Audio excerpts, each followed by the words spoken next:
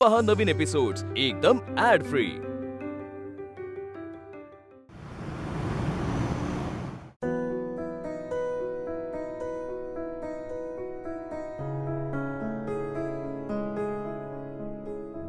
बाबा, ती सगळी मुलं मला आनंदीमुळे चिडवतात. सावत्र आई आहे तुला म्हणून चिडवतात. बाबा, मला सावत्र आई नकोय. माझी आई एकच आहे आणि ती म्हणजे रमा, अजून कोणी नाही.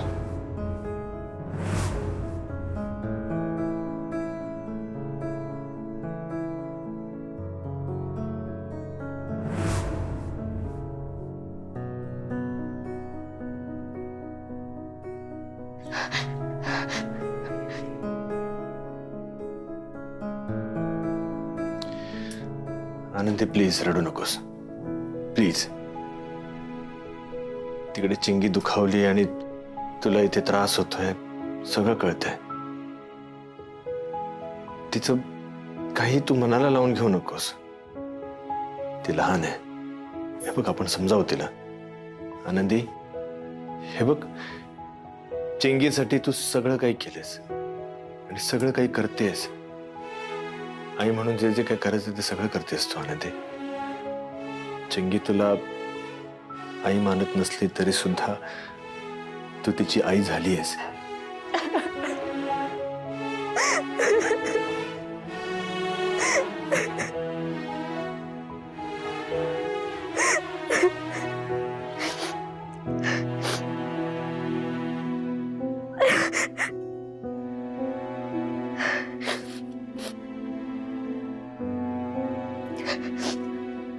तुम्हाला आठवतंय, तुम्ही गावी आले होते चिंगी माझी मुलगी आहे सांगायला. त्यानंतर तुम्ही निघून गेलात. जवळजवळ लग्न मोडलं होतं आपलं. पण अचानक आबा आजारी पडले आणि तुम्ही देवासारखे धावून आलात. खूप उपकार झाले तुमचे. पण खरं सांगू, उपकारासाठी लग्न नाही केलंय मी. म्हणजे मला लग्न करायचं होतं, पण त्यामागचं मोठं कारण होतं चिंगी. त्या दिवशी तुम्ही हॉस्पिटलच्या बाहेर चिंगीला माझ्याकडे सोपवलं. हॉस्पिटलला घाबरणारी चिंगी. माझी गोष्ट ऐकता ऐकता ज्या क्षणी माझ्या कुशीत झोपली त्या क्षणी मी तिला आपलं मानलं. मलाही बालपणीच माझी आई सोडून गेली. आबांनी सगळं केलं माझं, पण तरी आईची उणी जाणवते अजूनही.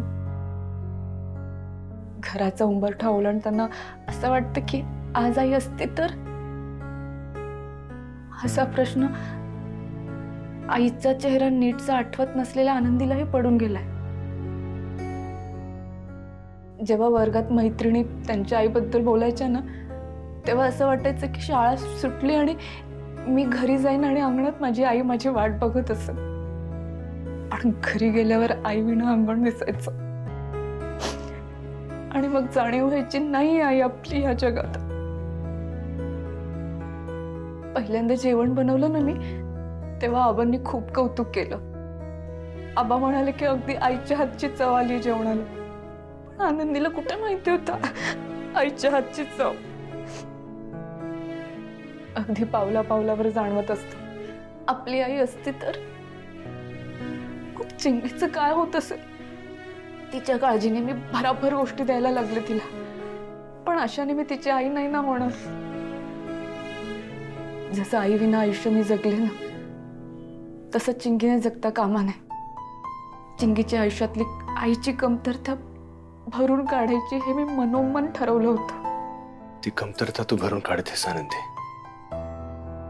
नाही, एवढं सोपं नसतं ते. खरंच एवढं सोपं नसतं कोणाची आई होणं. 9 महिने त्रास सहन करून आई पण जन्माला आलेलं असतं. मला येऊन किती महिने झालेत असे या घरात. मग का मानेल चिंगी मला आई? अजून आमची नीटची मैत्री पण नाही झाली आहे. मग मी का हट्ट धरावं की तिने आई मानावं? मी तिला मला आपलंसं करावं अशी संधीच दिली नाहीये. आता ती माझ्यापासून एवढी तुटली आहे की पुन्हा पहिल्यापासून जोडावं लागणार आहे तिला.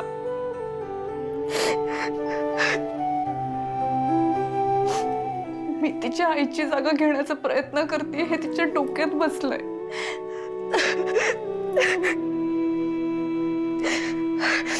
मला नाही वाटत ती मैत्रीण म्हणून माझ्याकडे आता बघू शकेल. 4 गोष्टी सांगितल्या, 4 गोष्टी लाडाने करून दिल्या की ते मिळणार आई पण उसणं असतं. मला ते नकोय.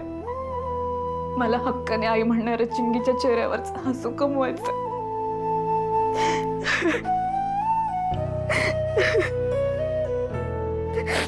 माझं या घरात येण्यामागचं कारणच माझ्यापासून दूर गेलं तर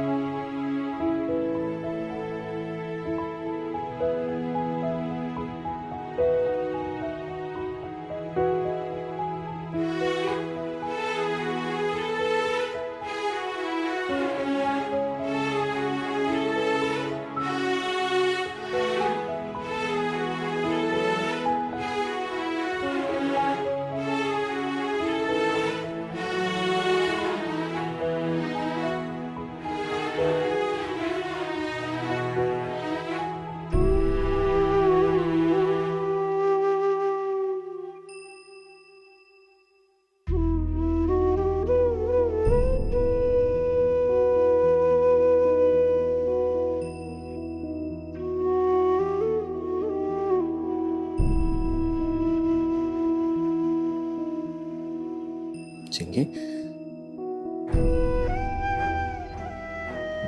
बाबावर रागवू नकोस ना. बाबा तुला ओरडला.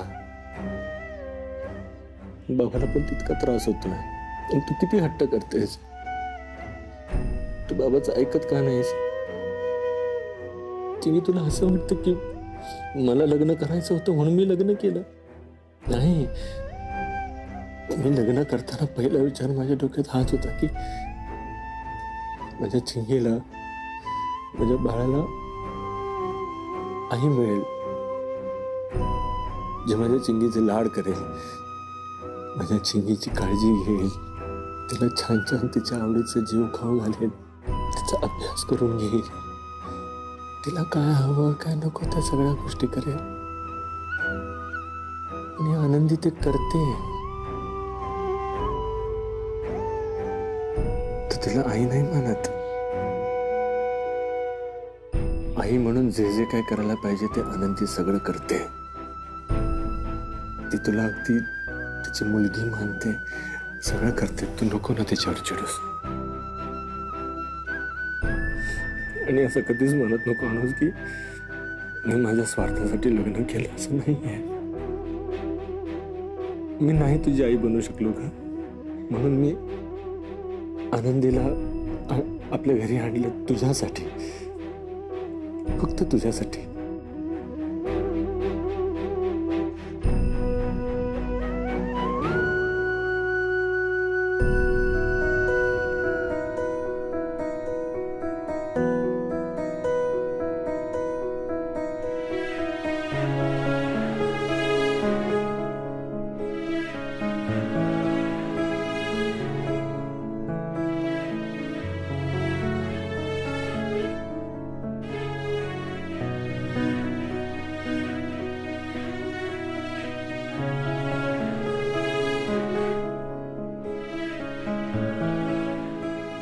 झाला आता झालाय राग शांत. राघव, काय प्रकार आहे हा? तुझा जरा सुद्धा तुझ्या रागावरती ताबा नाही का? ते ऑफिस मध्ये वगैरे चिडणं ठीक आहे, पण घरात चिंगीवर? लहान मुलांसाठी घर ही अशी जागा असते की जिथे त्यांना सेफ वाटतं, सिक्युअर वाटतं.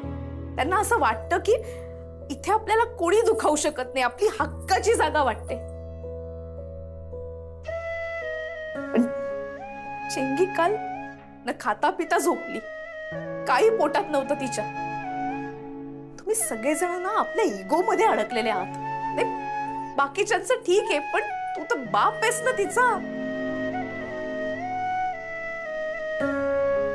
ती झोपल्यानंतर तू तुझं मन मोकळं केलंस, पण तिचं काय? तिला विचारलंस काही? तिला जवळ घेऊन समजावलं असतंस, तिच्यावरती प्रेम केलं असतं, काय बिघडलं असतं रे? खुशीत येऊन रडत रडत झोपली माझी पोर. कशी अवस्था झाली होती तिची. I am sorry Rama. आनंदी, चिंगी यांच्यासोबत मी तुला सुद्धा दुखावलं. चिंगीचा बाप आणि तुझा नवरा म्हणून कमी पडलं सगळ्याच बाबतीत. राघव, बस ना आता. आता तू नको रडू. आधीच पोरीच्या रडण्यामुळे त्रास झालाय मला. बस आता. रमा, वाटलं होतं की हे अगदीच जसं काळं पांढरं असतं तसं रमाची जागा आणि आनंदीची जागा असं वाटलं होतं. तितकं सोपं नाही येते. एक व्यक्ती स्वतःहून आपल्या संमतीने या घरात येते, या घराशी नातं जोडते, पण त्या व्यक्तीला खूप काळ आपल्यापासून लांब ठेवू शकतं का? रमाची जागा जिथे संपते आणि आनंदीची जागा जिथून सुरू होते, ती रेष आता पुसटशी होत चालली. आनंदी माझ्या नावाचं मंगळसूत्र घालून या घरात आली. या घराला तिने आपलंसं केलं, पण माझं मन मात्र अजूनही तुझ्याच भोवती फिरतंय. याचा अर्थ आनंदीवरचा हा अन्यायच आहे ना. चिंगीची आई म्हणून मी आनंदीला घरात आणलं, म्हणजे आनंदीला मी बळजबरीने चिंगीची आई व्हायला लावतोय. हा तिच्यावर अन्यायच आहे. चिंगीला मी बळजबरीने आनंदीला आई मानायला लावतोय, हा चिंगीवरचा अन्याय आहे. आणि या सगळ्या गोष्टी करून मी चिंगीला तुझ्यापासून लांब करतोय, म्हणजे हा तुझ्यावरचा अन्याय आहे. म्हणजे मी सगळ्यांवर अन्याय करतो.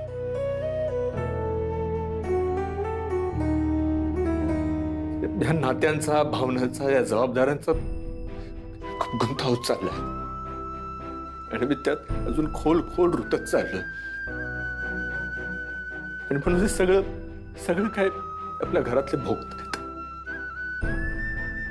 चिंगी आणि आनंदीचं किती छान निरागस नातं होतं,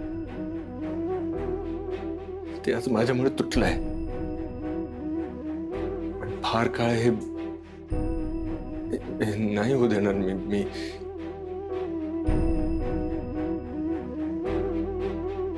चिंगी आणि आनंदीची ती मैत्री पुन्हा घडवून आणावीच लागेल.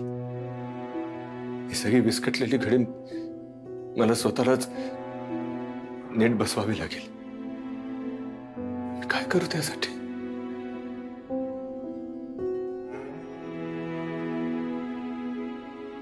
मी त्या दोघींना समोरासमोर बसवू, त्यांना एकमेकींशी बोलायला लावू. चिंगी नाही ऐकणार. ती तिचा हट्ट सोडणार नाही. मी दोघींना बाहेर फिरायला घेऊन जाऊ. हा, मी असंच करतो. मी त्या दोघींना कुठेतरी घेऊन जातो आणि त्या दोघींना समोरासमोर बसवतो. एकमेकींचं मन मोकळं करायला लावतो मी. हे बरं सुचलं तुला. कर, तुला हवं ते कर, पण स्वतःला सांभाळ राघव. हा भावनेचा गुंता सोडव लवकर, नाती आपोआप जवळ येतील.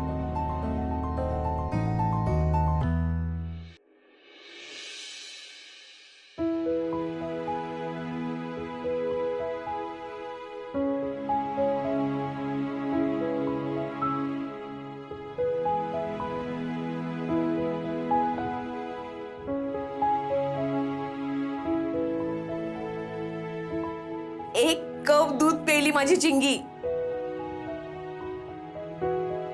रडून रडून भूक लागली असेल तिला. आजी, बाबू, मला तुझा फोन देशील का? म्हणजे गेम आणि ते व्हिडिओज वगैरे बघायचे नाहीयेत, ते ना मैत्रिणीला कॉल करायचा होता. येताना नोटबुक घेऊन यायला सांगायचे, तर देतेस? अगं बाई,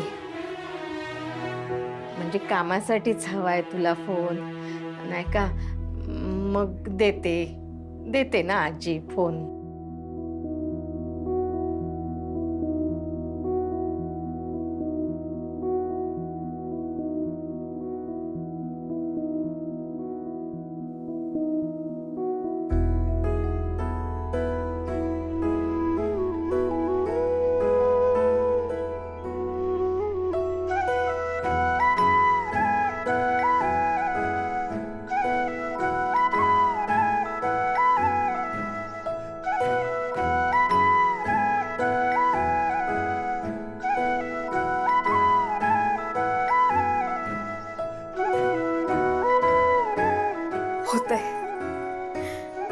होतंय, हळूहळू सगळं नीट होईल आता.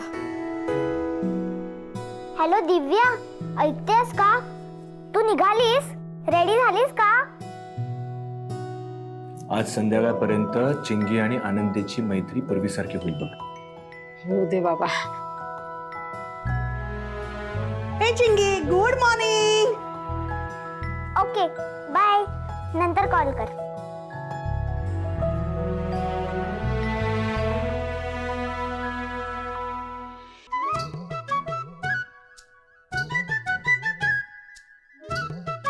काय चिंगी, खाता व्यवस्थित ना सगळं? मूड बीड?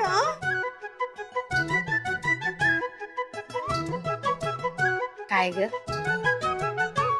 माझ्या गुडघ्याच्या झिजेबरोबर तुझ्या मेंदूची पण झीज झाली आहे का? ए आई, तू असं काय ग सारखं घालून पाडून बोलत असतेस मला? मी एवढा तुझा विचार करते आणि तू मला बोलत राहा. आहे ग, माझा विचार करतेस तू कधीपासून ग? आज ना ऑनलाईन पिक्चरची 2 तिकीट बुक केली आहेत मी, तुझ्यासाठी आणि माझ्यासाठी. 2च? बाकीच्यांची नाही काढलीस? काय ग वर्षा, तू फोन तरी करायचास ना काढायच्या आधी. आई ठीक आहे, राहू दे. अरे नाही दादा, मी बघते ना आहेत का तिकीट अजून. वर्षा राहू दे, काही हरकत नाहीये. तुम्ही असं करा, 2 तिकीट्स आहेत ना, मग तू आणि आई तुम्ही दोघी जणी सिनेमा बघायला जा, आणि आनंदी, मी आणि चिंगी आम्ही तिघे कुठेतरी फिरायला जाऊ आणि डिनर करू एकत्र. मग तुम्ही सुद्धा तुमचा सिनेमा बघून झाल्यानंतर बाहेरच कुठेतरी जेवण करून या. असं म्हणतोस का? मग ठीक आहे. मग ठरलं तर आपण डिनर करायला बाहेर जाणार आहोत. हो, आणि पिक्चरला आम्ही.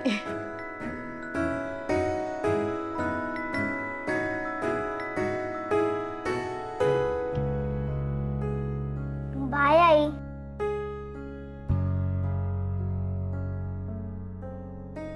बाबा येतोस, तुम्ही निघाले?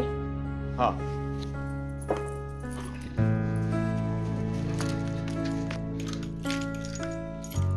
चिंगी, टाटा. संध्याकाळपर्यंत सगळ्या गोष्टी सॉल्व्ह होतील. डबा. आनंदी, कळतंय मला तुला किती वाईट वाटतंय ते. आजची संध्याकाळ या घरात पुन्हा आनंद घेऊन येईल. थोडा धीर धर.